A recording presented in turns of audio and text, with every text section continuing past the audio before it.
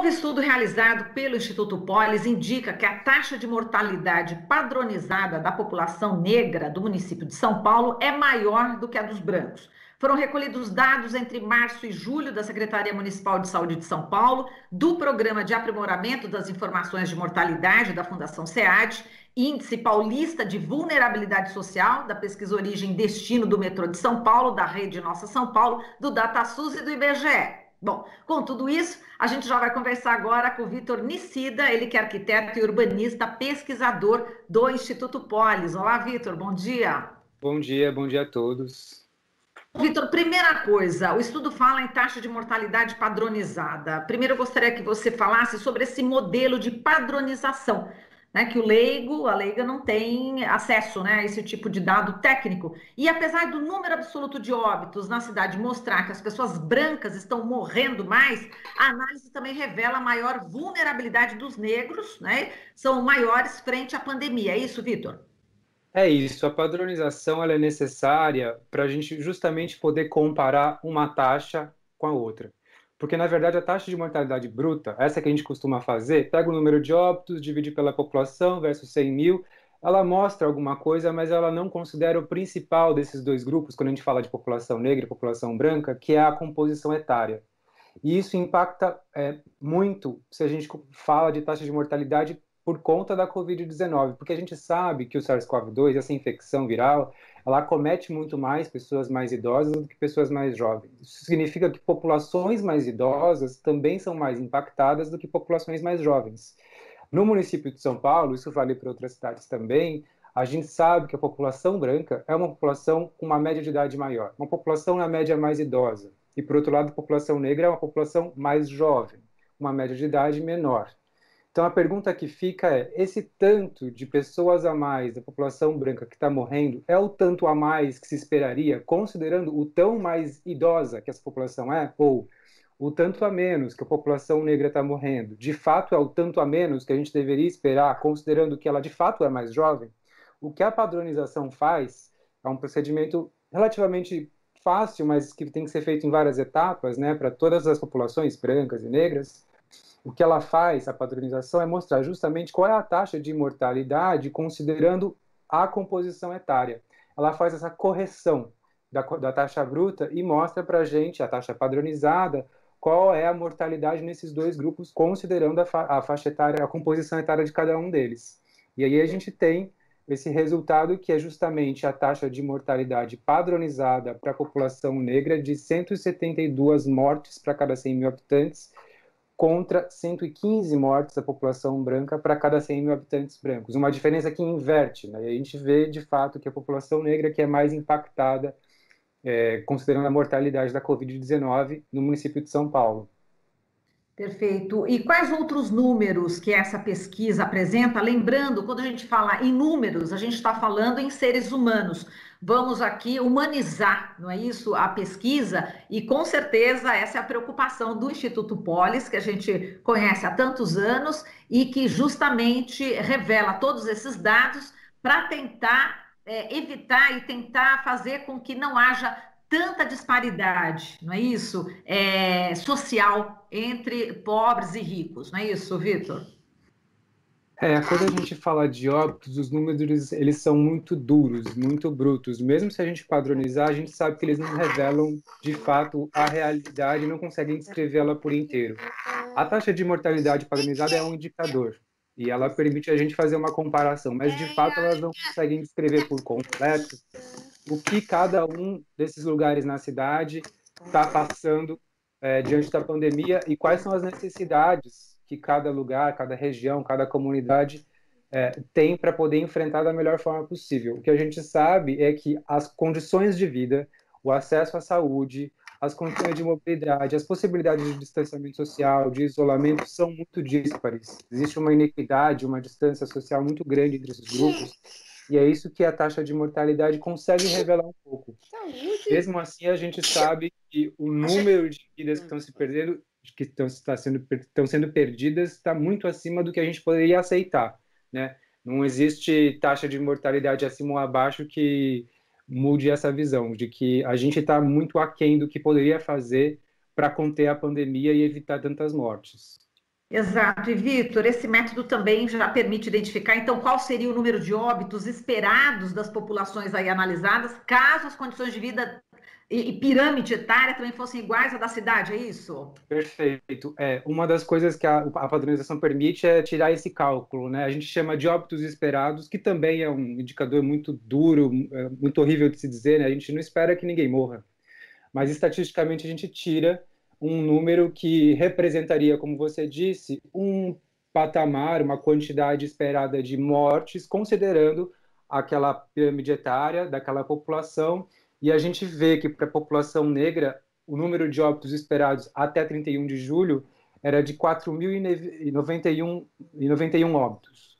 Foram observados, registrados até essa mesma data 5.321 óbitos, quer dizer, quase 30% a mais do que a gente observa na população negra. Então, é uma sobremortalidade. Morreu mais gente do que se esperaria, muito mais gente, 30% a mais.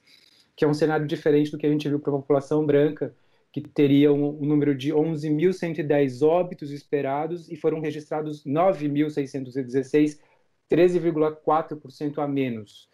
Óbvio que ninguém aqui está dizendo que tem uma faixa, uma margem para continuar morrendo. Não é isso. Né? O que a gente está dizendo é que existe uma desigualdade, uma inequidade, isso está claro nos números, e a gente vê que isso impacta muito mais a população negra, que morreu 30% a mais do que um nível esperado diante do comportamento da pandemia na população. Né? Agora, Vitor, com a padronização, também vocês conseguiram identificar essa disparidade entre as taxas na comparação por gênero, né, entre negros também e brancos. Queria que falasse sobre essa questão do gênero também. Isso parece ser muito determinante para muitos estudos da epidemiologia que já apontavam isso. Né? Mulheres são menos impactadas pelo SARS-CoV-2, pela epidemia, do que homens. Tá? Isso é um dado que tem várias hipóteses que poderiam explicar isso, desde comportamento social até o fato de que se espera que mulheres tenham um cuidado com a saúde preventiva maior do que homens se expõem, enfim, uma série de comportamentos e questões também do corpo que poderiam explicar isso. O fato é que existe um impacto diferencial. Né? Homens morrem mais, têm uma mortalidade maior do que mulheres. Quando a gente cruza isso com raça e faz 4 grupos de homens negros, homens brancos, mulheres negras e mulheres brancas, a gente vê justamente nessa ordem que a taxa de mortalidade entre homens negros, quer dizer, junta a raça, cor, que é mais impactada, com o sexo, que é mais impactado. Então, homens negros têm uma taxa de mortalidade padronizada de 250 óbitos por 100 mil habitantes. É muito maior do que qualquer outra da média municipal ou de qualquer outro grupo. Contra 85 óbitos a cada 100 mil habitantes no caso de mulheres brancas. É a maior distância que a gente observa. E não só isso, quando a gente coloca isso para mulheres negras e homens brancos, a gente vê que a distância entre esses dois grupos é muito menor. Quer dizer, a raça parece importar tanto no impacto da mortalidade que aproxima as mulheres negras mais de homens, de um grupo de homens, que seria no caso de homens brancos, a taxa de mortalidade de homens brancos, do que das mulheres brancas. Elas estão mais próximas da mortalidade do sexo masculino do que do sexo feminino para outra raça. Perfeito. Agora, Vitor, a gente viu também nos gráficos que a curva aí ascendente é mais acentuada em homens negros, né? Parece que vai crescer mais ainda, é isso? É uma pergunta muito importante, porque a gente tem alguma dificuldade de ver tendência, porque os óbitos são registrados e eles continuam sendo computados, mesmo que tenham acontecido em semanas ou meses anteriores. Então, muitas vezes a gente vê curvas de óbitos que parecem estar estabilizadas ou parecem estar caindo, mas, na verdade, conforme os dados vão sendo consolidados, a gente vê que tem óbitos que ainda não foram computados para essas últimas semanas ou último mês. O que a gente vê é que não há ainda uma tendência de estabilidade ou de queda das taxas de mortalidade, dos óbitos, e o que mais salta aos olhos quando a gente faz essas curvas com as taxas padronizadas é a distância que só fez aumentar entre esse grupo de homens negros com qualquer outros grupos que a gente tenha feito a padronização. É a curva que mais cresceu desde março, quando tem dados de óbitos dessa epidemia. Perfeito. Agora, Vitor, vamos falar de territorialização, né? Se a gente falar aqui dos distritos, dos bairros, queria que você desse um pouco essa fotografia desse estudo em relação a esse item. Pois é, quando a gente fala, por exemplo, da taxa de mortalidade padronizada para a população branca, que é menor do que da população negra, ainda tem ainda um número de óbitos menor do que o de óbitos esperados, mas espacializa isso na cidade, a gente vê que esse cenário, bem entre aspas, positivo, não é todo igual no território da capital, né? A gente vê que muitos distritos, e a gente fez essa padronização por distrito, dos 96 distritos da capital, a gente vê que muitos deles, principalmente os que estão mais à periferia, mas não somente eles, principalmente eles, registraram mais óbitos do que óbitos esperados. Isso para a população branca. Quer dizer, territorialmente, a gente não observa esse impacto por raça distribuído homogeneamente. E parece importar muito a localização de fato, porque porque os distritos que têm, por exemplo, menos óbitos registrados do que óbitos esperados para a população negra, são poucos, são distritos mais centralizados ou daquele quadrante sudoeste que a gente entende que tem um padrão de renda mais elevado, que tem uma escolaridade mais elevada e que, por hipótese, tem um acesso à saúde também mais qualificado, são os únicos distritos que apresentaram indicadores ok, né, que morreram menos pessoas do que esperado para a população branca e para a população negra. A gente vê que existe alguma relação com a existência ou não de uma alta ou altíssima vulnerabilidade social. A gente fez um cruzamento com os dados do IPVS, que é a Fundação SEAD sistematiza e considera vários indicadores para classificar o que é vulnerabilidade social, né? E isso explica, em parte, mas não somente, os óbitos a mais ou a menos que a gente observa por distrito. A gente entende que, porque é um fenômeno muito complexo, não vai ter um ou dois indicadores que vão dar conta de explicar todas essas diferenças, mas parece ser muito importante algumas coisas. Primeiro, o acesso à saúde, e a gente pode associar o acesso ao serviço de saúde como um resultado do padrão de renda, que também é um resultado ou está relacionado ao nível de escolaridade do paciente, da vítima, né? Outra coisa que a gente observou, isso é um exemplo interessante de se dizer, é que na Vila Andrade, pelo menos até o mês de maio, junho, Vila Andrade, para quem não conhece, na Zona Sul, é um distrito onde está Paraisópolis, né?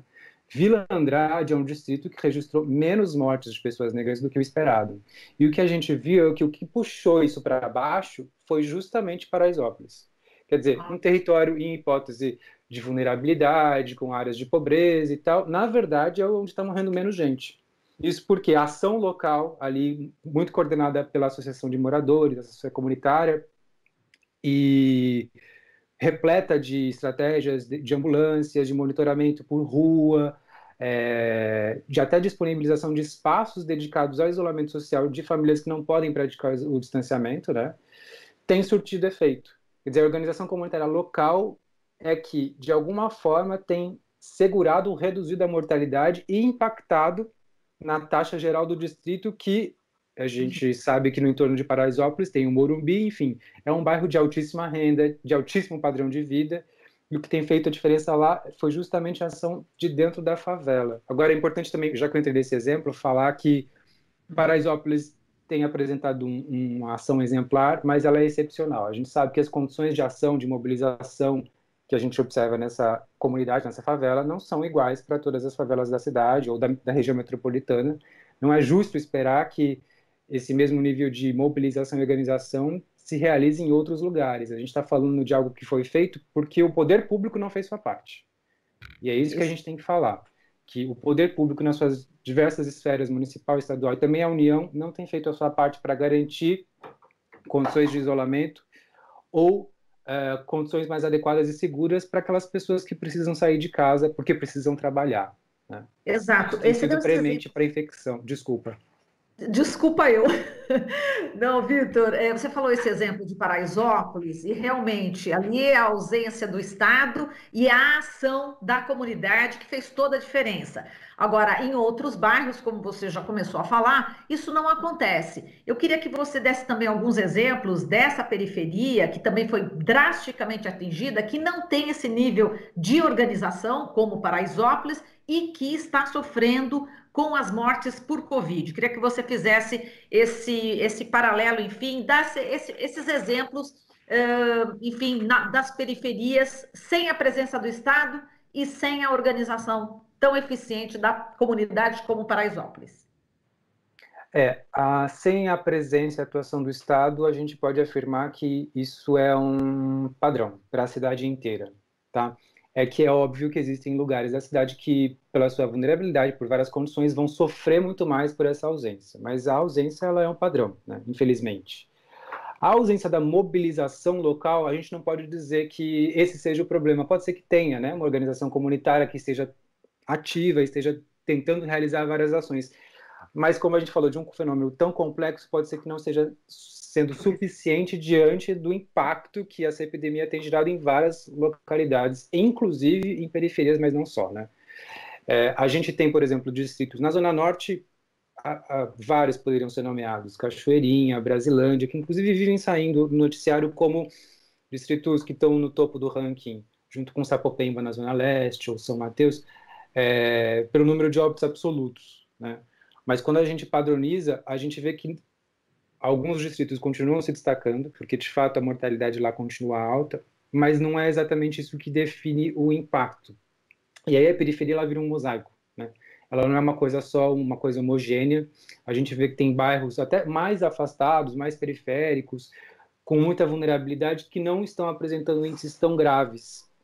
Então, mesmo os lugares que estão sofrendo mais, o que pode ser determinante ali é uma soma de fatores, dentre eles, nos parece que o acesso à saúde, e a gente está falando de acesso ao sistema de saúde, não como um indicador que meça a qualidade do atendimento. É de fato o acesso. Ele é muito precário em várias regiões da cidade. Ele é muito precário e isso tem um impacto muito grande em, por exemplo, o quadro sintomático em que a pessoa chega num hospital para ser internada. Se você não consegue dar conta de alguém que apresenta sintomas logo no começo, monitorar, dar informação, prover meios para que ela possa se isolar e não infectar outras pessoas, mas também se cuidar, aquele quadro pode se desenvolver para um conjunto de sintomas mais grave que dificulta muito o hospital que vai atender essa pessoa para poder atender e dar. A gente sabe que não tem tratamento, não tem medicação. Quanto mais grave chega essa pessoa no hospital, menores as chances de melhorar ou de sobreviver, né? Então, esse acesso à saúde desde o começo, na atenção básica, parece ser muito determinante na forma como tudo se desenvolve, inclusive o quadro do paciente, e se vai ser agravado numa situação de óbito ou não, né? Isso parece ser uma das coisas mais determinantes que a gente observa nas regiões mais periféricas e menos atendidas pelo Estado. Perfeito. E, Vitor, para a gente fechar, vamos falar um pouquinho de defesa do direito à cidade, né? Que tanto o Instituto Polis batalha há tantos anos. E aí a gente coloca a questão do SUS, não é? O SUS é como um direito aí universal aqui no Brasil para todas as pessoas, atendimento médico, e o que já estava com dificuldades ficou muito pior agora na pandemia, é claro. Agora, é um instrumento importantíssimo, não é isso? De defesa da saúde dos brasileiros e das brasileiras. Eu queria que você falasse também a respeito da importância do SUS e a defesa do direito à cidade, que nem todos têm o mesmo direito. Vou começar pelo SUS, porque eu acho que no começo da pandemia, muita gente apostava no SUS como a nossa grande ferramenta para conseguir contornar o impacto da pandemia e da forma como ele tem sido desmontado, desvalorizado, da forma como a atenção básica nas UBSs, nos agentes comunitários de saúde, como eles têm sido negligenciados, a forma como faltam investimentos para esse tipo de ação local, da atenção básica, a gente viu que, infelizmente, a gente não conseguiu contornar da forma como se esperava, porque priorizou-se essa política do vamos evitar o colapso do sistema, investir em UTI, investir em leitos de internação nos hospitais, e acabou que ignoraram o que o SUS tinha de maior potencial, que era justamente a ação local, que tem uma capilaridade muito grande em áreas de maior vulnerabilidade, nas periferias. Tem a ação dos agentes comunitários que poderiam fazer a busca ativa, fazer esse monitoramento mais próximo da população.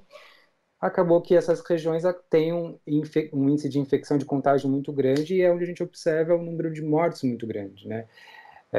Essa negligência, essa desvalorização do sistema e dos servidores tem sido determinante porque a gente vem observando, tanto é que a população mais impactada é justamente aquela que mais depende do Sistema Único de Saúde, né?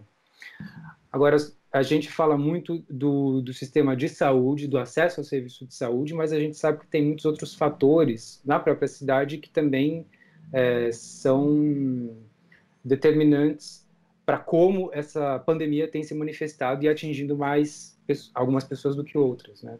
O acesso à saúde é uma dessas coisas, mas a gente sabe que as condições de isolamento ou a necessidade de sair de casa para trabalhar tem sido um dos pontos centrais na forma como o contágio tem se dado, né? E a gente não está falando aqui que o transporte público é o grande vilão. Quando a gente fala que quem não pode se isolar, ficar em casa, fazer home office, teletrabalho, precisa sair para trabalhar, a questão é justamente transformar, por exemplo, o transporte público, as políticas de mobilidade, numa forma de dar mais segurança ao trabalhador e à trabalhadora que precisam sair de casa. Então teria que aumentar, em vez de reduzir a frota que circula, para evitar aglomeração nos ônibus, nos vagões de trens e metrôs, dar condições de higiene, de orientação e informação nas plataformas, terminais e estações do transporte coletivo, viabilizar uma circulação segura na cidade, porque a gente sabe que não é todo mundo que pode ficar em casa, e esse modelo de isolamento que a gente adotou é um modelo de isolamento que pressupõe que muitas pessoas saiam para que algumas possam ficar em casa, né? Então isso é muito importante, entender uma política de mobilidade que contorne esse padrão de contágio e exponha menos a população que precisa trabalhar à doença. Fora o que a gente sabe também que está relacionado, por exemplo, com as condições de habitação, e a gente sabe que o déficit de saneamento ele é enorme, na capital, na grande São Paulo, em muitas cidades brasileiras, e isso impacta muito nas condições de higiene, de asepsia, que poderiam também, dentro dos domicílios, conter o contágio e a infecção das pessoas, né? Esses são vários elementos que deveriam compor políticas mais articuladas, que deveriam assistir o direito ao isolamento das famílias ou o direito à circulação pela cidade de uma forma mais segura, para que a gente tivesse a pandemia, mas também desse melhores condições de vida e de vida durante a epidemia na cidade. Eu acho que é isso que a gente tem falhado e acho que também esse é um dos motivos porque o direito à cidade tem sido uma bandeira tão importante para a gente levantar durante esse momento excepcional da epidemia do Covid-19 na cidade, no país, no mundo, porque várias coisas que são defendidas quando a gente fala no direito à cidade, em termos de políticas públicas, poderiam estar revertendo esse quadro tão trágico, né, na cidade de São Paulo, mas também no Brasil inteiro. Perfeito, Vitor. Eu agradeço aqui a sua participação, toda essa sua análise e reflexão que ajudou muito a todos e todas a compreender melhor toda essa situação. Muito obrigada, Vitor. Forte abraço para você, abraço para todo mundo aí do Polis. Obrigado, gente. Um abraço a todos e a todas. Até mais. A gente falou aqui com o Vitor Nicita, arquiteto e urbanista, pesquisador do Instituto Polis. Aqui você ouve as notícias que os outros não dão. Jornal Brasil Atual.